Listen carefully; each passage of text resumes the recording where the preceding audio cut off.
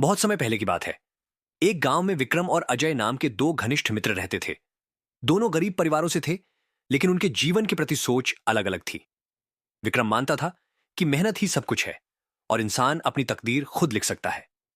अजय को लगता था कि जो भाग्य में लिखा है वही होगा, इसलिए कोशिश करने का कोई फायदा नहीं। एक दिन गांव में एक प्रसिद्ध संत आए। उन्होंने गांव वालों से कहा, मैं यहां से गुजर रहा था और मुझे आभास हुआ कि इस गांव में दो लोगों की किस्मत जल्द ही बदलने वाली है। गांव के सभी लोग उत्साहित थे।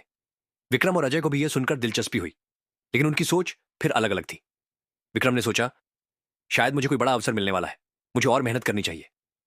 अजय ने कहा, अब मैं आराम करूंगा, क्योंकि मेरी किस्मत खुद बदलने वाली है। अगले दिन गांव के राजा ने घोषणा की कि उनके किले के लिए दो नए रक्षकों की जरूरत है। जो भी इच्छुक हो वह राजमहल आकर अपनी योग्यता दिखाए। विक्रम को यह सुनकर बहुत खुशी हुई और वह तुरंत तैयारी में जुट गया। विक्रम ने खुद को शारीरिक रूप से मजबूत किया, तलवारबाजी सीखी और राजमहल पहुंच गया। वहीं अजय ने सोचा, अगर मेरी किस्मत में यह नौकरी होगी तो मैं बिना कुछ किए भी चुन लिया जाऊंगा। इसलिए उसने कोई प्रयास नहीं किया। राजमहल में खड़ी परीक्षा हुई। विक्रम ने अपनी मेहनत से सभी को प्रभावित कर दिया और उसे राजा का निजी रक्षक बना दिया गया। इसके बदले उसे अच्छा वेतन, रहने के लिए महल और सम्मान मिला।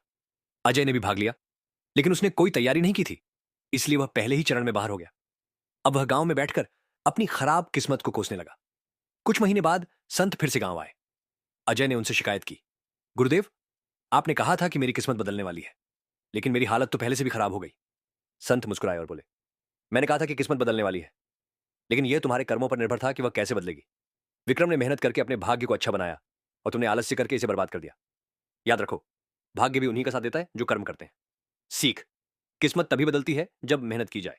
भाग्य का रोना रोने वाले लोग कभी आगे नहीं बढ़ते। कर्म सबसे बड़ी ताकत है। जो मेहनत करता है वही सफलता पाता है।